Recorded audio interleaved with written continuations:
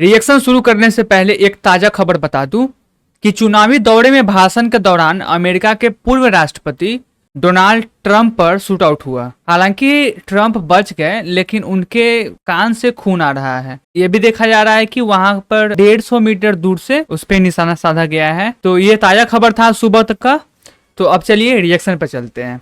नमस्कार। नरेंद्र मोदी विदेश में हैं।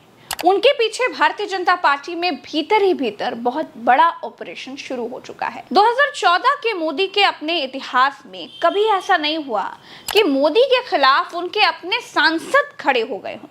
ये पहली बार है कि मोदी के अपने सांसद ने मोदी के खिलाफ बगावत कर दी है। कर्नाटका वो राज्य है जहां बीजेपी ने 17 सांसद जीते हैं। वहां के 7 बार के दलित सांसद रमेश जिगाजनागी ने मोदी को ललकार दिया है। कहा, मोदी ने मुझे मंत्री इसलिए नहीं बनाया क्योंकि मैं दलित हूं। मुझे बताइए, क्या ये न्याय है? पूरे दक्षिण भारत में मैं अकेला दलित हूं जिसने लगातार 7 चुनाव जीते हैं। सभी ऊंची जाति के सांसद मंत्री बने। क्या दलितों ने भाजपा का समर्थन नहीं किया? मुझे इससे बहुत दुख पहुंचा है। अल्री ನನಗ ಮಂತ್ರಿಕದು ಅವಶ್ಯಕತೆ ಇಲ್ಲ, ನನಗೆ ಅವಶ್ಯಕತೆ ಇರೋದು ಜನರದು. ಆದ್ರೆ ಜನ ಏನು ನಾವು ವಾಪಸ್ ಬಂದ ಮೇಲೆ ತೂ ಹಳಿ ಅಂತ ಉಗುಳಿದ್ರು. ನಾವು ಮೊದಲೇ ಹೇಳಿದ್ದೆವು ನಿಮಗೆ ದಲಿತರು ವಿರೋಧಿ ಅದ, ಈ ಪಕ್ಷ ಸೇರಬಾರ್ದು ಅನ್ನೋದು ಭಾಳ ಜನ ನಮ್ಮ ದಲಿತರು ನನ್ನ ಜೋಡಿ ವಾದ ಮಾಡಿದ್ರು. ಆದ್ರೆ ನನ್ನ ಸಲುವಾಗಿಲ್ಲ, ಜನರ ಒತ್ತಡ ಮಾತ್ರ ಅದ. ನೀವು ಯಾವುದೇ ಪರಿಸ್ಥಿತಿ ನೋಡ್ರಿ, ಎಂತ ನ್ಯಾಯ ಅನ್ಯಾಯನೋ ನ್ಯಾಯ ಹೇಳ್ರಿ. ये चीज तो बीजेपी बहुत पहले से ही कर रहा है, लेकिन इनके साथ पहला बार हुआ, इसलिए बौखलाए हुए। ಏಳು ಚುನಾವಣೆಯಲ್ಲಿ ಒಬ್ಬ ದಲಿತನಾಗಿ ಎಲ್ಲ ಅಪರ ಕಾಸ್ಟ್ನವ್ರು ಆದ್ರಪ್ಪ. ಅಂದ್ರೆ ಇವರೇನು ದಲಿತರೇನು ಭಾರತೀಯ ಜನತಾ ಪಕ್ಷಕ್ಕೆ ಸಪೋರ್ಟೇ ಮಾಡಿಲ್ಲ. ಅದಕ್ಕೆ ತುಂಬಾ ಅದ್ರ ಬಗ್ಗೆ ನನಗಂತೂ ಮನಸ್ಸಿಗೆ ನೋವಾದಪ್ಪ. ಇಷ್ಟು ಮಾತ್ರ ಹೇಳಬಲ್ಲೆ. क्या रमेश जिगाजनागी अकेले अपने दम पर मोदी को ललकार रहे हैं? सोचने वाली बात है। भारतीय जनता पार्टी के भीतर सांसदों का एक बहुत बड़ा धड़ा भीतर ही भीतर ज्वालामुखी की तरह फटने को तैयार है। क्योंकि याद रखिए, मोदी आज भी बीजेपी संसदीय दल के नेता नहीं चुने गए हैं। बीजेपी के सांसदों ने अभी तक मोदी को अपना नेता नहीं चुना है। देखिए, हमारी जो खबरें, हमारे जो सूत्र बताते हैं कि 15 अगस्त तक का ये सारा खेला है और 15 अगस्त तक मोदी जी ने भी कहा है, बाकी लोगों से सलाह मशवरा भी किया कि एक बार 15 अगस्त का झंडा फहर जाए और मेरा ऐतिहासिक भाषण हो जाए। क्योंकि देखिए, बात सही है। तो इन्होंने कहा है कि मुझे एक आखिरी ऐतिहासिक भाषण देने ले दीजिए, उसके बाद जो होगा, बैसाखी हटेगी, बैसाखी टूटेगी, बैसाखी चोरी हो जाएगी या बैसाखी में तेल कम गिरेगा, जो भी होगा वो सब तमाशा उसके बाद हुई। यही बात कुछ समय पहले लालू प्रसाद यादव ने भी कही थी कि मोदी सरकार अगस्त में गिर जाएगी। अब बिना आग के धुआं तो नहीं उठता। राहुल गांधी भी कह चुके हैं कि मोदी की सरकार अल्पमत में है, कभी भी गिर सकती है। नरेंद्र मोदी की उम्र हो गई है, ये बात ठीक है। अगले साल वो 75 के हो जाएंगे, ये बात भी ठीक है। सूत्र ये भी कहते हैं कि बीजेपी के भीतर इंतजार इस बात का है कि मोदी 75 साल के हो जाए, उसके बाद नरेंद्र मोदी के बारे में कोई फैसला लिया जाए। ये एनडीए और बीजेपी की टेंशन है कि अगला प्रधानमंत्री कौन बनेगा। उम्र का असर प्रधानमंत्री पर अभी से दिखाई देने लगा है। कांग्रेस को कोसने के चक्कर में मोदी ने रूस में खड़े होकर हमारे महान भारत देश का ही अपमान कर डाला। बोले 2014 से पहले भारत निराशा से घिरा हुआ था। हताशा और निराशा ने हमें जकड़ लिया था। 2014 के पहले हम निराशा की गर्त में डूब चुके थे। हताशा निराशा ने हमको जकड़ लिया था। आज देश आत्मविश्वास से भरा हुआ है। देखिए, ये बात कोई और कहता तो भी नाकाबिले बर्दाश्त ही थी। प्रधानमंत्री ने विदेश में अपने ही देश की इज्जत उछालनी शुरू कर दी। ये उम्र का ही असर है भाई साहब।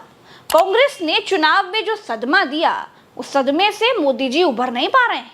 2014 से पहले भारत अगर निराशा और हताशा में डूबा था, तो क्या बीजेपी की अटल बिहारी वाजपेयी की सरकारें देश को हताशा में झोंक रही थी?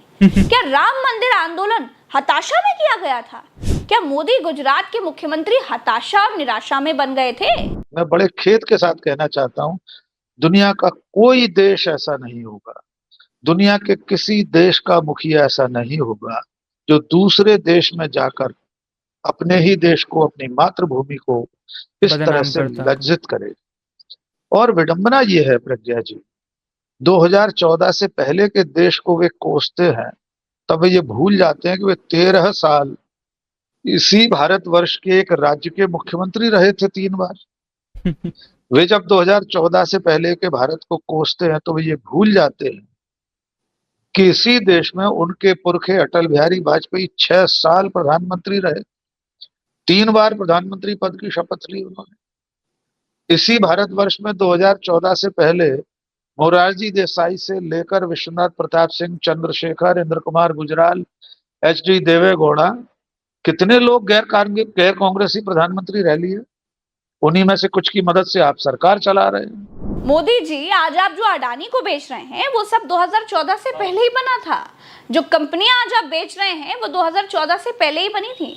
2014 के पहले भारत को सरकारों ने बड़ी बड़ी ऊंचाइयां दी, हरित क्रांति दी, दुग्ध क्रांति दी, इलेक्ट्रॉनिक क्रांति दी। देश ने कई युद्ध लड़े, एक को छोड़ सब जीते। 2014 से पहले ही हम परमाणु शक्ति बने। 2014 से पहले हम इतने उत्साहित थे कि साइकिल पर रॉकेट के पार्ट ढोकर हमने इसरो खड़ा कर दिया। 2014 से पहले हमारी शक्ति में ये दम था कि हमने पूर्वी पाकिस्तान को मिटाकर उसे बांग्लादेश बना दिया। 2014 से पहले हमारी शक्ति ये थी कि हम ताजे ताजे आजाद हुए थे, फिर भी 62 में चीनियों से लड़ गए थे। हमारे अंदर जिगर था, गुर्दा था, जज्बा था। आपकी तरह चीनियों को 2014 से पहले क्लीन चिट नहीं दी जाती थी। गलवान में हमारे इतने सैनिक शहीद हो गए, आपने बेशर्मी से कह दिया ना कोई आया था, ना कोई घुसा था, ना कोई घुसा हुआ है। 2014 से पहले अटल बिहारी वाजपेयी समेत हमारे प्रधानमंत्री झूठे और बतौलेबाज नहीं हुआ करते थे। न वहाँ कोई हमारी सीमा में घुस आया है, न ही कोई घुसा हुआ है, न ही हमारी कोई पोस्ट किसी दूसरे के कब्जे में है। 2014 के बाद हमें क्या मिला वो भी मैं आपको बता देती हूँ। 2014 के बाद हमें बेशर्मी से हिंदू मुसलमान करने वाले प्रधानमंत्री मिले, मॉब लिंचिंग मिली, संसद में गालियां मिली। 2014 के बाद भयंकर महंगाई मिली। 2014 के बाद रुपए की बुरी हालत मिली, सरकारी कंपनियां बेचने वाली सरकार मिली। 2014 के बाद किसानों पर काले कानून लादने वाले प्रधानमंत्री मिले। 2014 के बाद झूठ बोलने वाले प्रधानमंत्री मिले, अपने एक राज्य के जलने पर चुप रहने वाले प्रधानमंत्री मिले, फोटोबाजी के शौकीन प्रधानमंत्री मिले, तानाशाही के साथ नोटबंदी करने वाले प्रधानमंत्री मिले। 2014 के बाद हवाई चप्पल वालों को हवाई जहाज में बिठाने का वादा करके जहाज ही बेच देने वाले प्रधानमंत्री मिले। 2014 के बाद क्या क्या मिला अगर वो बताने बैठूंगी दोस्तों तो रात हो जाएगी। लेकिन मैं जिम्मेदार पत्रकार हूं और जिम्मेदार पत्रकार होने के नाते मैं अपना फर्ज समझती हूं। मेरा देश मेरी शान है, इसलिए मैं ये कहने की हिम्मत बिल्कुल नहीं कर सकती कि 2014 के बाद हमारा देश निराशा में घिर गया। देश हमारा है।